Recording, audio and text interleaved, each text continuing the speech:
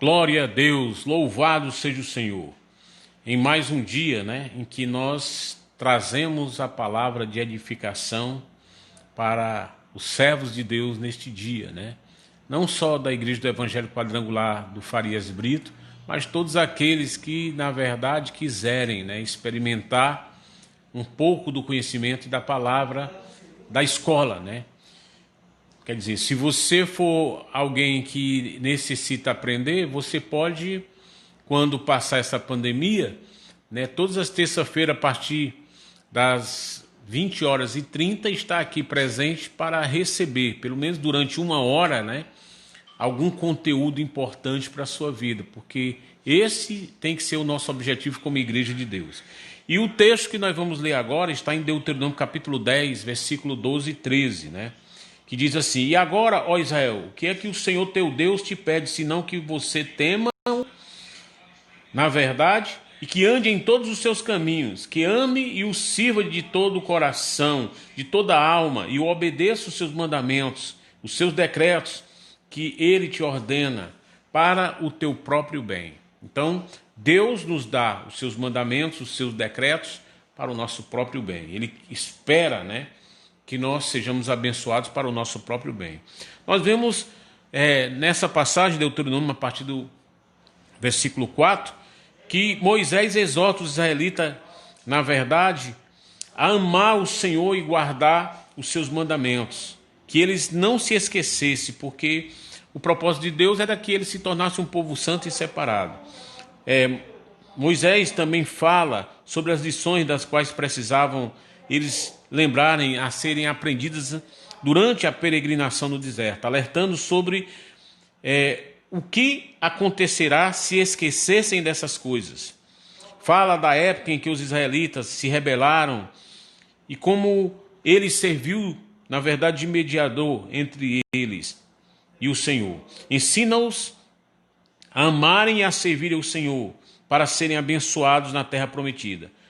Caso contrário, seriam amaldiçoados. A obediência, amados, é a chave do sucesso. Moisés ensinou àquela geração novas coisas importantes para o seu futuro, como ouvir os estatutos e os juízos do Senhor, para que pudessem entrar na terra de Canaã. Não era para acrescentar nem diminuir a palavra de Deus, mas somente obedecer como o Senhor, na verdade, havia dado. Deus deu aviso contra a idolatria, Infelizmente, a gente sabe, estudando a palavra, o quanto o povo insistiu em querer viver na idolatria. O mesmo Deus abençoou o povo. Na verdade, aplica-se a uma correção severa, porque a gente viu durante a história o que aconteceu no deserto, pessoas infelizmente foram mortas, Mas o conselho a Israel era ouvir os estatutos do Senhor, incluía em encorajamento e obediência. A finalidade do povo ouvir e cumprir os mandamentos divinos era para que vocês vivam, para que vivais. Como mandou o Senhor, Moisés transmitiu ao povo a vontade dele. Moisés chamou todo Israel para, na verdade, uma pregação e pediu ao povo para ouvir, aprender e guardar e cumprir. Moisés, na verdade, deu o concerto estabelecido entre Deus e Israelita. Por intermédio de Moisés, foi transmitido graça e promessas do Senhor, e foram ministradas, na verdade, a todo aquele povo. Os 10 mandamentos foram dados novamente, porque já tinha sido dado anteriormente, e você sabe, quando Moisés desceu do monte, apressadamente o povo estava preso à idolatria. Mas nós vemos, através do que Deus ensinou, a revelação das bênçãos e das maldições. As bênçãos resultantes ao cumprimento e as maldições ao não cumprimento. Quando Deus aliançou com aquele povo, ele fez face a face, o que indica intimidade.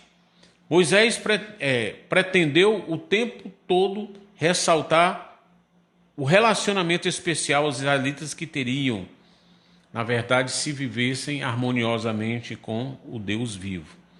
Deus é santo e não pode ficar em sua presença em pecado, pois a santidade constrange o pecador. Temer o Senhor e obedecer a sua palavra é a condição para quem quer ter um relacionamento abençoado com o Senhor. Você quer ter um relacionamento abençoado com o Senhor? Todo mundo quer, né? Ser muito abençoado. Mas, para que você possa ter um relacionamento abençoado com o Senhor, é preciso ter a condição de obediência, na verdade, à sua palavra. Na verdade, os 10 mandamentos são fundamentais, né, para todo cristão, né? Embora isso está decretado na primeira aliança, né, no Antigo Testamento, isso não quer dizer que cessou. Os mandamentos, eles devem ser cumpridos, que nós encontramos ali em Êxodo capítulo 20, né? Deuteronômio capítulo 5, do 6 ao 21. O Novo Testamento, Jesus confirmou a validade da lei moral, né? Mateus 5, 17, 18, Marcos 12, 31. Pois o poder desta administração da nova aliança está nos ensinamentos que Cristo deu pela interpretação correta da lei, né? O cumprimento da lei foi dado por Deus. As bênçãos de Deus apontam para o doador e toda dádiva e o temor, e expressa a gratidão e no contentamento pela obediência. Por esse motivo, Moisés advertiu ao povo de Israel que não fosse ingrato e não buscasse um estilo de vida independente do Senhor. Porque às vezes a pessoa pode viver sem o Senhor, né? Pode viver sem a vitória, sem a bênção, sem certas circunstâncias na vida natural, porque a Bíblia diz que Deus abençoa bons e maus, justos e injustos. Mas o que é que adianta caminhar sem a bênção de Deus? A instrução acerca de Êxodo era um antídoto contra a autossuficiência, porque ensinava cada geração a enxergar o que o Senhor tinha feito no passado. Olhe para o que o Senhor fez, o livramento que Deus deu, a esperança e a perspectiva melhor de vida que o Senhor deu a vocês, tirando e fazendo uma promessa. É porque as pessoas querem as coisas rápidas, instantâneas, e nunca sabem agradecer. Quantos, amados, no meu entender, deveriam andar de joelhos pelos milagres que Deus já fez? Quantos? Mas tem muitas pessoas que acabam perdendo a bênção que Deus dá, no sentido de continuar, na verdade, uma vida não total com Deus. Na verdade, Moisés orienta os israelitas que instruíssem seus descendentes acerca de todos os mandamentos. Assim, os cristãos devem certificar-se que seus filhos conheçam e compreendam os princípios divinos. Você tem ensinado sua família, os seus filhos? Ensina a criança o caminho que ele deve andar. E até quando ele crescer, ele nunca vai se esquecer dele. O problema é que a pessoa não ensina o filho. Não deixa ele crescer para ele entender. Tem que ensinar quando é criança, amado. Às vezes a pessoa ensina outras coisas erradas, ensina palavrão. Oh, que bonito, né? Uma criancinha, como é bonito, né? E tudo e outras coisas. Por que não ensina as coisas de Deus? Né? Quer ter vitória? Ensina as coisas de Deus. Ensina a palavra de Deus. Ensina a dizer aleluia, glória a Deus. Ensina o que é bom para o seu próprio bem e para o bem dos seus próprios filhos. As respostas aos filhos de Hebreus teria como base 4 componentes. Deus, através de Moisés, tentou esclarecer ao povo o seguinte: éramos servos de Faraó no Egito. O Senhor fez sinais grandes e maravilhas no Egito, e dali nos tirou, para nos levar e nos dar uma terra que jurou aos nossos pais. O Senhor nos ordenou que fizéssemos todos os seus estatutos. Então Deus espera que façamos todos os seus estatutos. Ainda que muitas vezes você venha falhar, amados, Deus jamais vai pedir algo que seja difícil. Os mandamentos de Deus não são pesados.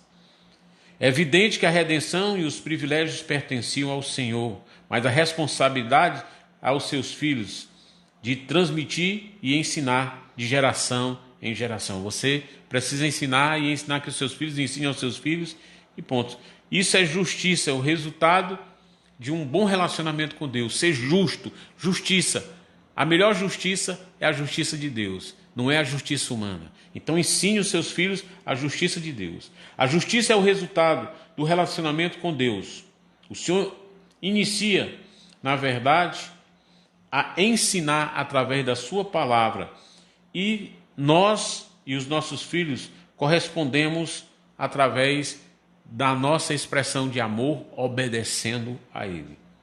Foi a vontade de Deus para o povo conquistar, na verdade, aquela terra prometida e derrotar todos os seus inimigos. É vontade do Senhor te dar a promessa, a vitória e fazer com que você derrote os seus inimigos. Pode existir vários inimigos que você precisa derrotar. Para isso, você precisa ser cheio do Espírito Santo.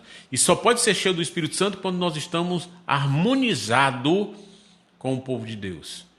Não é harmonizado simplesmente só no nosso círculo, né? Não é só no meio da minha família. Não, a gente tem que estar harmonizado com o povo de Deus. Jesus está harmonizado com o povo, com todos. Então nós devemos ter harmonia, relacionamento com a família de Deus. Então, na nova aliança, tem esse segredo. Por isso que a Bíblia diz que nós não podemos deixar de nos congregar. Nós temos que caminhar juntos e congregar. O Senhor separou Israel e não outra nação, mostrando a sua graça. Entretanto, Deus deixou o povo no deserto durante 40 anos para que pudesse, na verdade, ser provado, para ver se eles guardariam o mandamento de Deus. Deus deu a promessa de bênção para aqueles que seguissem os seus mandamentos. Também deu um aviso de correção se o povo se separasse e deixasse de querer seguir os seus mandamentos. Não tem saída, amado. Todos aqueles que querem andar do seu jeito e se dizem que ter Deus e são cristãos, vivem penando, vivem sofrendo, infelizmente. Deus quer que vivamos uma vida vitoriosa, de paz, de harmonia, de sucesso, de progresso, mas o segredo está na obediência. A quê? Aos mandamentos de Deus, a palavra de Deus. Nós temos que entender isso. Na Bíblia mesmo, né? Ela recomenda, ainda que, na verdade, nós amássemos a Deus, nós olhássemos para Ele não só nas nossas necessidades, mas sempre. Com esse estudo, nós podemos ver o seguinte: para a minha vida, para a sua vida, para a nossa vida, que nós temos que definir, obedecer e temer. Obedecer fazendo o que Ele mandou e temer respeitando, né? Porque quem não respeita Deus, amado, entra na igreja de qualquer jeito, vive de qualquer maneira, porque não tem temor. Não pensa assim, Deus está aqui. É igual uma vez, meu filho, quando era criança, um dos meus filhos, a minha esposa disse que normalmente tá, né, no piniquinho ali, para a pessoa fazer, né, quando era criancinha, botava ali e ficava. Aí, quando o filho era criancinha, pergunta assim: mãe, Deus está aqui? Aí a mãe dele disse: Deus está. Aí meu filho assim: Jesus. Envergonhado, né? Porque estava ali naquele momento. Então, temor. Ensinar desde criança a ter temor. Você tem ensinado seu filho a ter temor a Deus? Entrar na igreja de uma forma respeitosa? Tratar as coisas de Deus de uma forma respeitosa? Na Bíblia, no livro de Daniel, a gente viu que o rei Belsazar teve uma advertência severa, porque pegou as coisas do templo e estava se banqueteando e numa festividade, né, com os candelabros, com as coisas, com os cálices, e desrespeitou as coisas de Deus, e aquele homem morreu. Nós não podemos desrespeitar, ainda que pareça ser uma coisa simples, o templo de Deus, nem as coisas de Deus. Se elas são consagradas a Deus, respeite as coisas de Deus. Aí você vai ser abençoado. Antigamente, quando eu era criança, era ensinado muito você respeitar o templo, a igreja. Hoje em dia a gente vê que as pessoas, não, Deus está no meu coração. E não respeita as coisas de Deus. Mas não é assim não. Os judeus, eles são muito abençoados porque eles respeitam as coisas de Deus. Inclusive, para a volta de Cristo, uma das coisas que vai definir a volta de Cristo é o quê? O templo de Israel vai ser levantado. Por quê, né? Se o templo é Deus, se o templo é Jesus, se o templo somos nós, para que levantar o templo?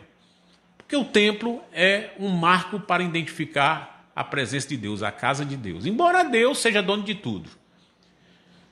Isso a gente só entende, amado, se tivermos sabedoria. Então, por que Moisés lembra o povo israelita tudo o que passaram desde a sua saída do Egito até aquele momento para a terra prometida, né? Por que Moisés fez lembrar tudo? Para eles saberem que Deus não abandonou e estava com eles. Que muitos deles, infelizmente, tiveram que passar o que passaram porque começaram a desobedecer. Segundo a história, nós sabemos que as pesquisas, sabe-se que o povo levaria 2 meses, né, para chegar à terra prometida. Eles levaram 40 anos. Por quê? Desobediência. Às vezes você pode chegar rápido à vitória. E às vezes essa vitória pode distanciar muito. Quando você começa a viver uma vida de desobediência. Tenha cuidado. Veja se você verdadeiramente, como cristão, como servo de Deus, está obedecendo. Respeitando certos princípios. Reflita. Tal como o povo de Israel, também nós temos desertos a superar. Tal como o povo de Israel, nós temos desertos a superar. Você já deve ter passado por algum deserto em sua caminhada até aqui. Né? Abalos, tristezas, problemas, e falta disso, falta daquilo, né? Falta emocional, falta sentimental, falta financeira. Você pode ter passado por algum tipo de deserto nesse sentido. Mas você está aí, tendo chance de ser cheio do Espírito de Deus. Depois do tratamento de Deus no deserto, você continuou sendo a mesma pessoa? Né? Muitos sofrem porque continuam sendo a mesma pessoa. Depois que vem os abalos, as tristezas, as provações, depois dessa pandemia, você vai correr para os braços do Pai? Ou você vai continuar do mesmo jeito? Quantas pessoas, sim, amados, poderiam estar vivas? Né? Eu passei por um problema grande há 6 meses atrás, uma cirurgia, um infarto. E na hora que eu estava na mesa ali, tendo dificuldade de alcançarem, para botar um catéter, alcançar o meu coração, porque precisava, porque estava fechado, a artéria. E na hora, tendo dificuldade, o médico dizendo que ia parar, porque estava difícil. E eu disse assim, Senhor, sentindo dor, muita dor, eu disse assim, Senhor, se tu queres me levar, me leva, porque estar contigo é melhor. Eu não tenho temor, não. Mas se eu ainda posso estar vivo para fazer alguma coisa para ti, porque para o meu entender eu não fiz nada, Senhor, para ti. Eu não fiz nada. Eu me entristeço pelo pouco que eu já fiz para ti. Então me dá mais uma chance para me fazer. Se eu não for fazer, então me leva. Né? Na minha vida, amado, o meu maior propósito é fazer a vontade do Senhor. Que você seja uma pessoa que obedeça a Deus, para que você possa desfrutar de todos os benefícios que Deus tem para a sua vida e para a minha vida, para a nossa vida. Que possamos, na verdade, falar e fazer. Não adianta só falar. Porque às vezes a pessoa fala, mas não faz, né? Mas fale e prove. Se você diz que ama a Deus, prove, obedecendo a sua palavra. E quando acabar toda essa pandemia, não seja um turista, não, na igreja. Porque turista só vai ali, deixa o seu dinheiro e depois vai embora. Seja realmente um filho de Deus, alguém que faz parte da cidade celestial. Que Deus te abençoe poderosamente mais esse dia e que a glória dele te ajude, através deste momento, a fazer uma reflexão real para a sua vida do que Deus quer, em nome de Jesus. Deus, eu entrego nas tuas mãos e abençoo cada um desses servos Que a tua glória esteja sobre cada um, Pai, e que o conhecimento, que é importante, possa fazer parte desta família, em nome de Jesus. Amém.